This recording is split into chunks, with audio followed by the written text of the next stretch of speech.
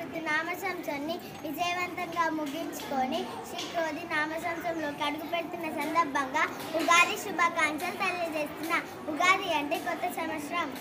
అయ్యో బాబాయ్, భలే భలేగా ఉందే, తెలుగుతో ఉంటుందని ఉగాది అంటారా? అవునవును, ఉగాదితోనే కొత్త సంవత్సరం మొదలవుతుంది. అందుకే ఉగాది పచ్చడితో మొదలు పెడదామా?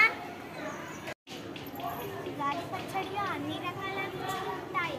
ఉగాది పచ్చడి తీపి, పులుపు, ఉప్పు, కారం, వగరు, చేదు, షడ్రుచుల సమ్మేళనం. ఒక్కొక్క రుచికి ఒక్కొక్క భావం.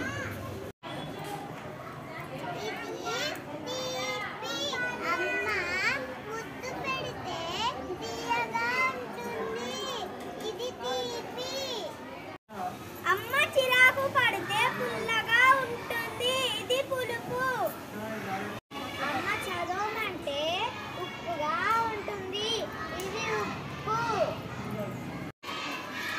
అమ్మ కొడితే కారంగా ఉంటుంది, ఇది కారం.